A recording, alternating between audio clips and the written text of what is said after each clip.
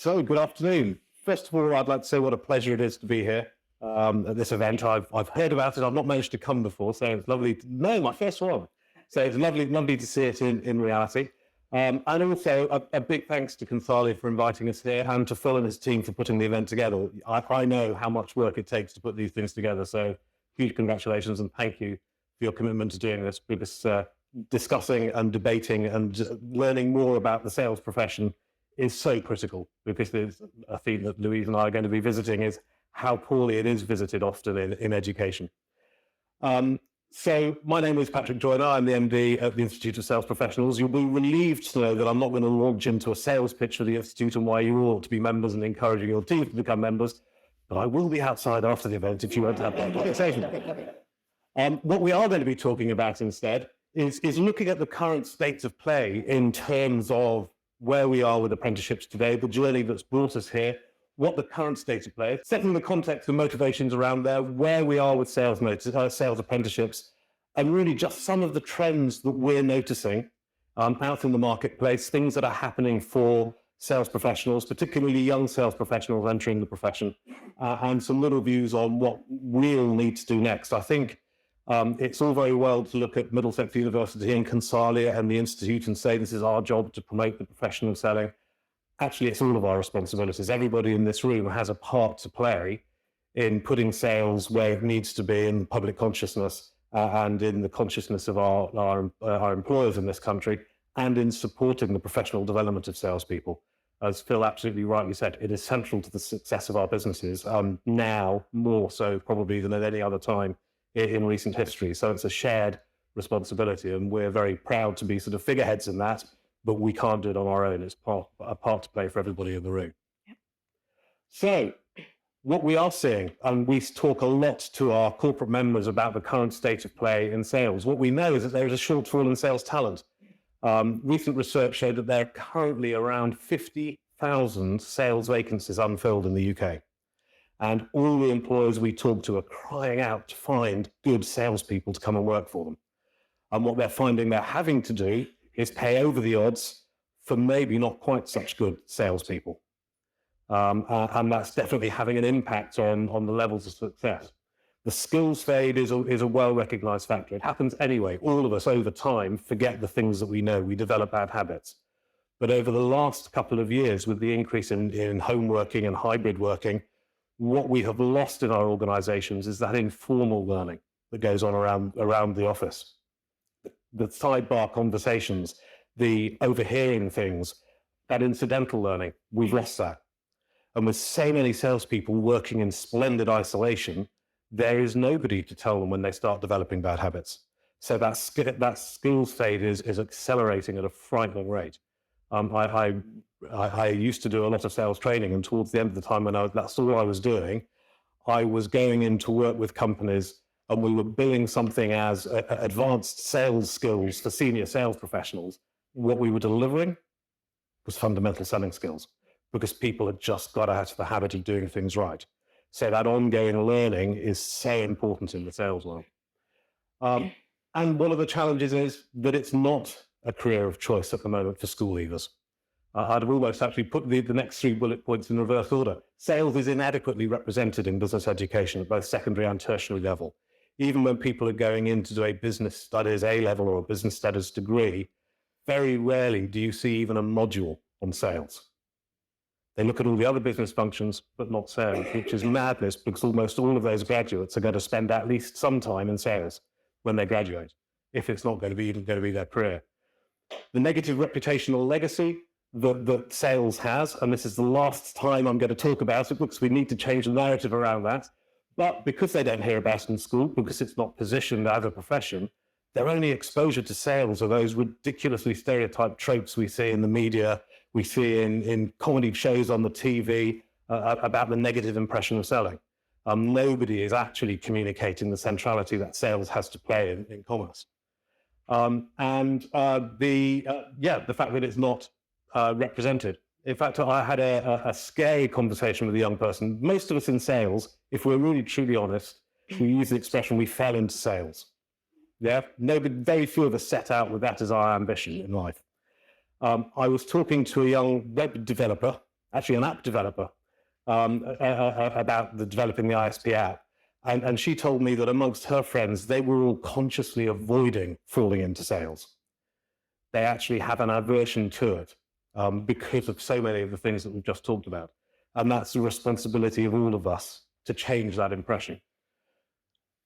And then when it comes into the workplace and we're developing our sales professionals, one of the challenges is how fragmented the sales training sector is. There are a few fabulous organizations and businesses such as Consalia who do a fantastic job in training salespeople.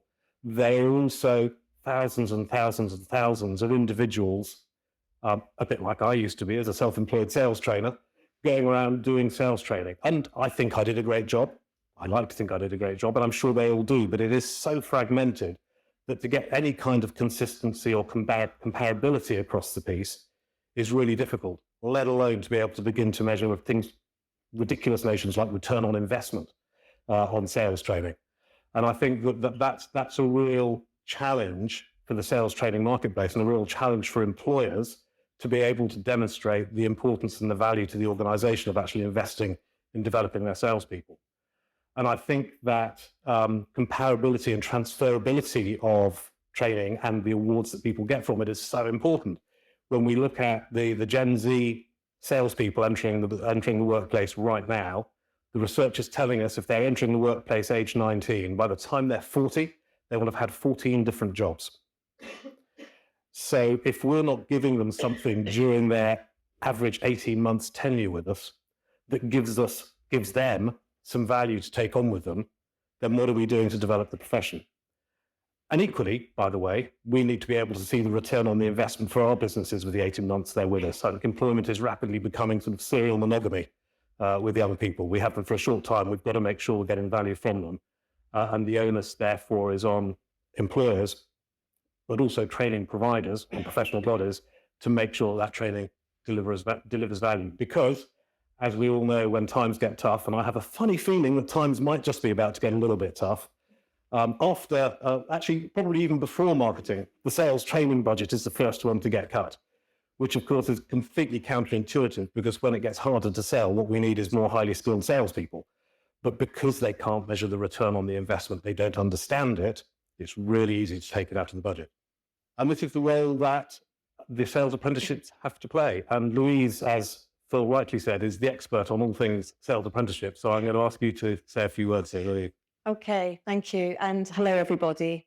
So what we've listed here are the full suite of apprenticeships, sales apprenticeships that operate in the B2B sales sector.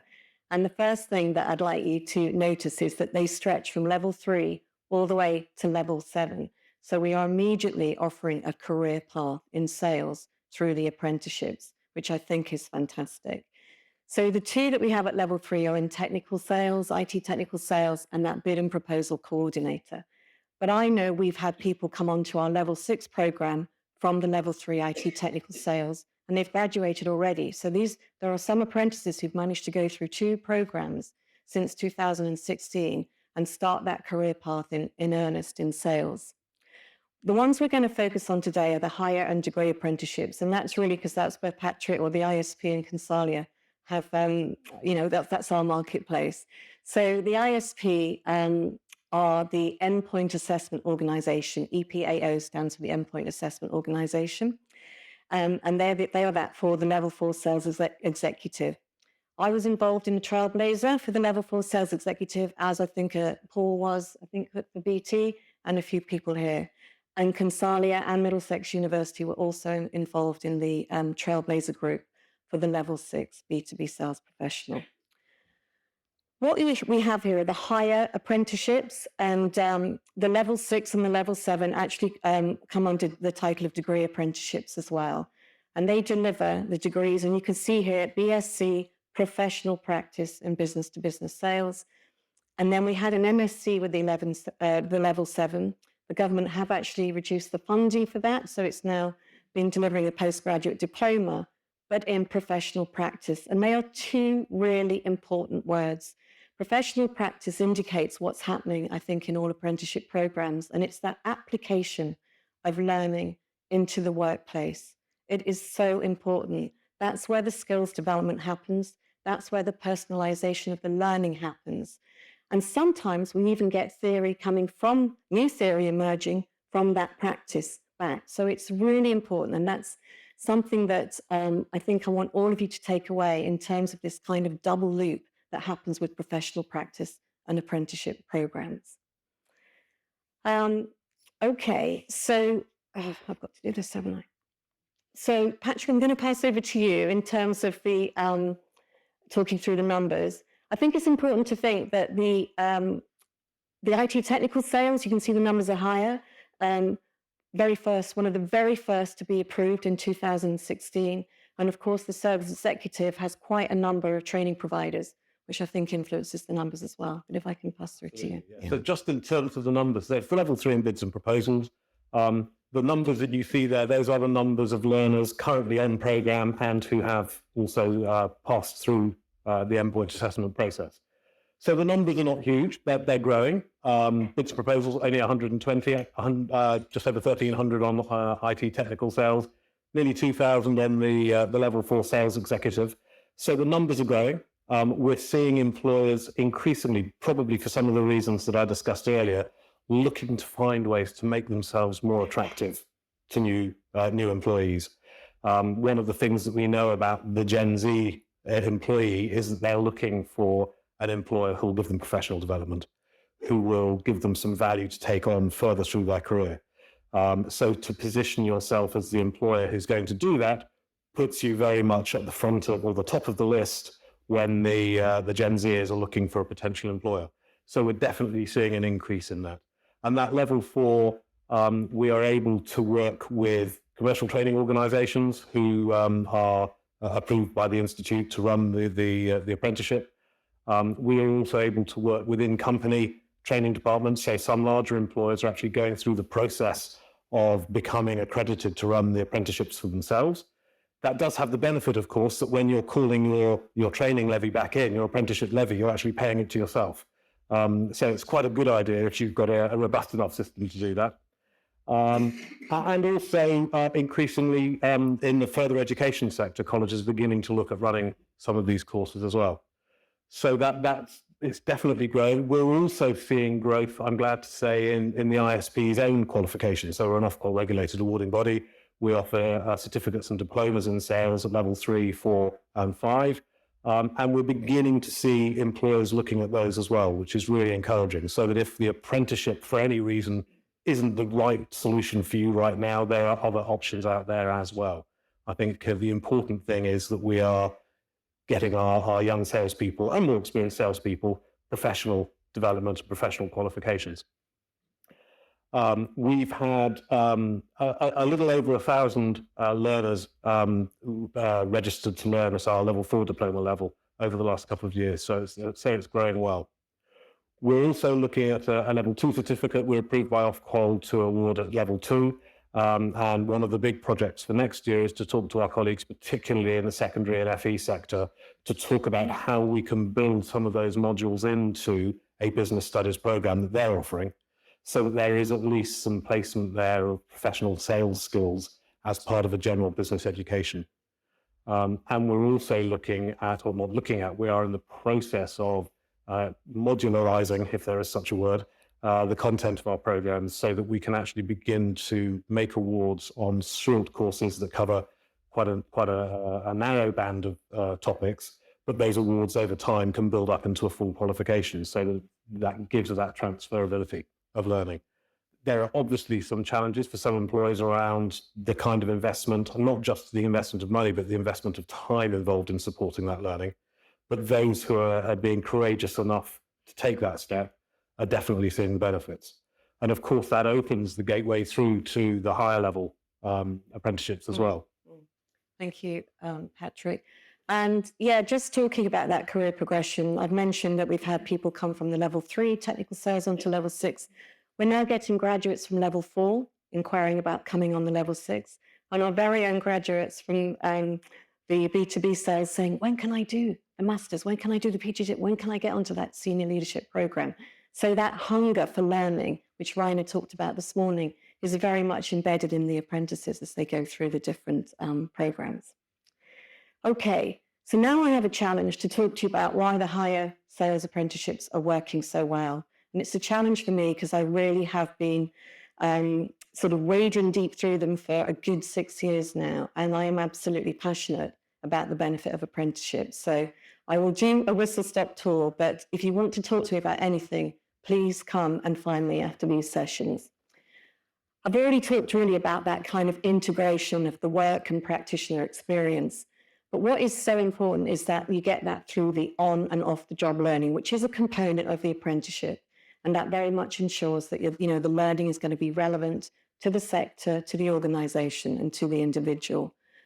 There are elements in here on this left-hand side which do rely on the culture of the organization. If you're going to take apprentices on and run apprenticeships, it is so important that you're prepared to invest in doing that well. And so, that bit about the on and off the job learning, you need to have a good line manager. You need to have a good coach to support the apprentices. But the key thing, I think, as well, is that they're learning by doing without debt. And given the kind of current economic crisis and given the looming recession, this is so important for young people to be able to develop a career without debt. My daughter graduated 18 months ago, and her student loan is just increasing monthly at the minute. She's not going to kind of put a dent in that for such a long time. If you can get a degree and 3 years work experience without debt, go for it.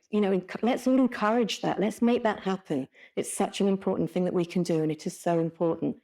And that will also help social mobility, which was one of the key drivers for developing the apprenticeship programs from the government in the first place. There's also this whole idea, and I think the next two bullets are really important for me, to develop a learning organization and building corporate capability. I think that's where the magic happens, if you have that right employer culture. So what do we mean by learning organization and building corporate capability? So if I quote Peter Senge, he talks about a learning organization as being one where people are continually learning how to learn. Continually learning how to learn. And the corporate capability is about extending that learning and extending learning reach. So if you have apprenticeship programs, and if you really make the most of the learning that your apprentices are getting and bring it into the organization, it's going to start building what we call this corporate capability. And linking it back to the title of today, thriving organizations are learning organizations. People learn from one another, and when that happens, there's sparks, and that's when there's innovation. And you need innovation in today's world. We talk about as the world becomes more connected, and the businesses need to become much more agile and able to cope with the unknown. You need to be able to be innovative. You need to be able to be agile. And so you need that learning organization. And tapping into the potential of what's coming out from young people who are hungry to learn and to share their learning is so important to develop those learning organizations. I think we've talked about the route to professionalism. We've got level 3 through to level 7, and some people are now, outside of our apprenticeships, also starting to the doctorate programs in sales. And we do need academics in sales, as Patrick said, and we'll cover it later. It's really important to get sales recognized as a profession, to have sales present in universities. So that's an important route, and Christine and Kate will talk about that later. But there are challenges, and I'm not going to talk too long on this slide, but we had a target the government had a target to get 3 million apprentices by 2020 once they launched the new apprenticeships. And at the end of this last academic year, they were just under that. But there's been COVID, there's been many reasons that have impacted, I think, the recruitment of apprenticeships. And then what I really want to talk about here is this one where we talk about the under-19s only accounted for 22% of new starts in the last academic year. How can that be? How can under-19s only account for such a small number? What is not happening? What are they not aware of? We need to think about that. We need to, as Patrick said, start really to champion sales apprenticeships and to make people aware of them. I think, the productivity level was also something that, we wanted to increase productivity through the development of skills for the future, for this changing world that we're in. And that was also one of the key drivers for developing the apprentices. And we're still not quite there, But what came out of a recent report is that, which was produced by UVAC, so we have Mandy here from UVAC, and the CMI, is that management apprentices are actually adding to the economy, and that data's there at about £700 million a year. And there's a lot of discourse around apprenticeships. Are they working? Are they not working? Are we making good use of the levy? What else could we do with the levy? But you have to have skills training. You have to make sure that we're having the right skills for the future.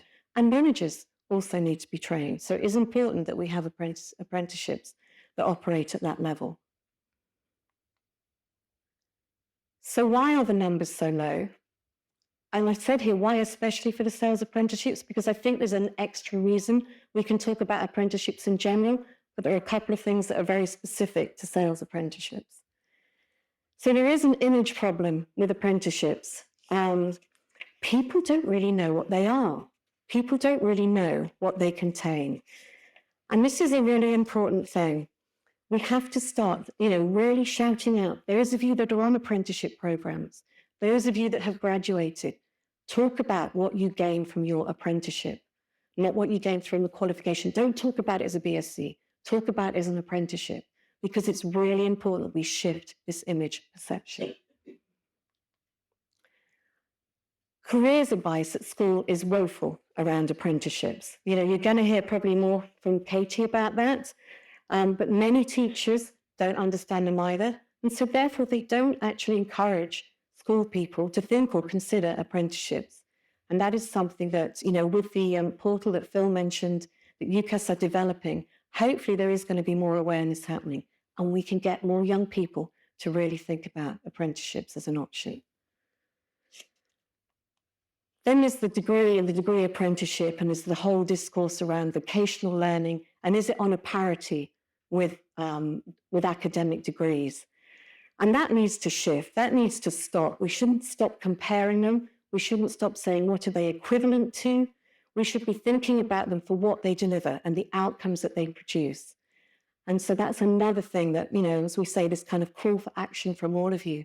Talk about what came out of your programs. This is about really kind of employer kind of strain that so many organizations are saying, but they're quite hard to do. They're quite hard to deliver. And they are. And you do need to be, invested in bringing in young people and bringing in that talent. But training providers will work with you. Training providers will make it happen. And the benefits to you and as an organization, you're getting someone, particularly with sales organizations, who you're training, but they're also bringing in revenue at the same time. You can make it a win-win. And we talk about attracting talent through apprenticeships, no debt, retaining them because you've helped them develop, and then you have another path for their career.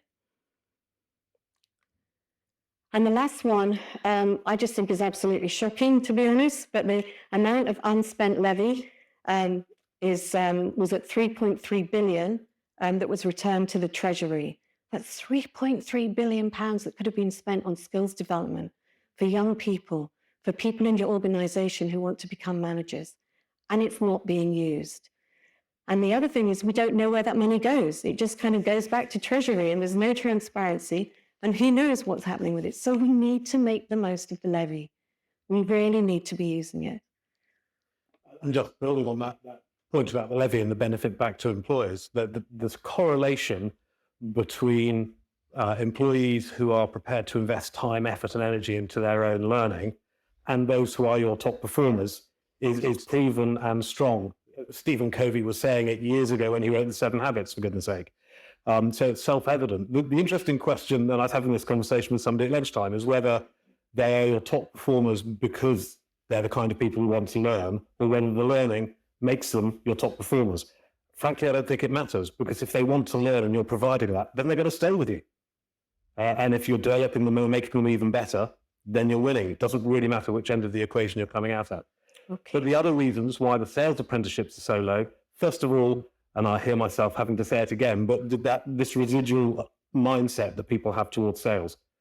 The young Gen Z people coming into the workplace, they're looking for a workplace which gives them flexibility. They're looking for a workplace which values social diversity and equality. They're looking for a workplace which is going to offer them development. They're looking for a workplace which is going to listen to them. And for some bizarre reason, they don't equate that to sales. Now, I've been in sales for more years than I can probably count, but that's exactly what I experienced all the way through my sales career. It's what all of us experience in sales. Sales is probably the most meritocratic profession you can possibly enter into in the workplace. And there are very few barriers to who can do what, and everybody thrives on their success. It is one of the most honest professions you can be in, but for some reason, the young people coming into the workplace don't believe it's the right thing for them.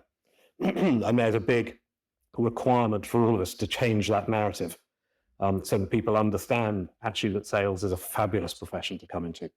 And again, we're repeating the point again, but that placing and positioning of sales in education at both secondary and tertiary level is just so critical. Because one of the challenges we have as a profession is that actually our government doesn't understand us. If you look at government talking about business-to-business sales, we're lumped in with retail, with customer service, and not that there is nothing wrong with those professions, but actually business-to-business sales is a hugely different occupation to those professions.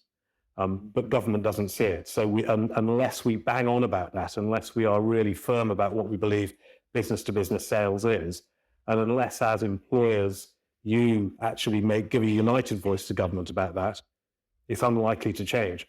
The Institute of Sales Professionals will bleat on about it until the cows come home, and that's what the government expect us to do, so they don't listen. But actually, if the employers, the businesses who are driving the economy for them, the businesses who are going to lead us into our recovery from the current state that we're in, are saying to them, you need to be taking our salespeople seriously, then they might just listen. It is a concerted effort from all of us. Very quickly, I always like to bring a model into those presentations that I give here, and many of you will recognise this if you've been on our programmes as Stephen Covey's circle of concern and circle of control. For those of you that don't know this, we all have a wide range of concerns, and some of them we can do something about, and some of them we just can't. And what happens is that we put in when we start to write them down, we can have this outer circle, which actually we recognise they're the ones we can't influence, we can't do much about. But what we start to think about in terms of, I'm going to just skip through, not talk through those because of time, but obviously they're the big macro issues and concerns that we have. What we can start to influence is what Patrick and I have been alluding to. We can start to educate more people about apprenticeships. We can start to educate more people about how valuable sales is to the economy. And we need to start having that influence with the schools and the universities. And I suppose this is where we really have what is our call for action and call for support from you, and what we think and how we think you can help us with that. So the ISP provides a secretariat, the APPG, that's the All-Party Parliamentary Group in Sales. It's currently not meeting because I've gathered there's something going on at Westminster at the moment that's just distracting people's attentions from them. But the last meeting of it failed to be quorate. There were not sufficient MPs present to actually allow the meeting to take place. If employers are saying to their MPs, actually, this is important, we want you to be there, we're going to be there, we were there, where were you? Then all of a sudden MPs will start to turn up. So it's there, and on the basis we use it or lose it, it's really important. If you believe that you want to influence government thinking around our profession, that's a direct channel into government. Please support it. We need you to be ambassadors for sales apprenticeships, and in a magnanimous gesture, not just sales apprenticeships, but in sales education. It's just so important. And to change that narrative about sales, we've got to stop being apologetic. We've got to start just assuming that people recognize sales as a profession. Because until we start saying it, people won't begin to hear it. Absolutely got to change the narrative. Okay, and I think if I just had to sum up with one phrase, I would ask you all to talk about apprenticeships and really make people aware of them and the benefits they can provide. That's great. Thank you very much. Thank you.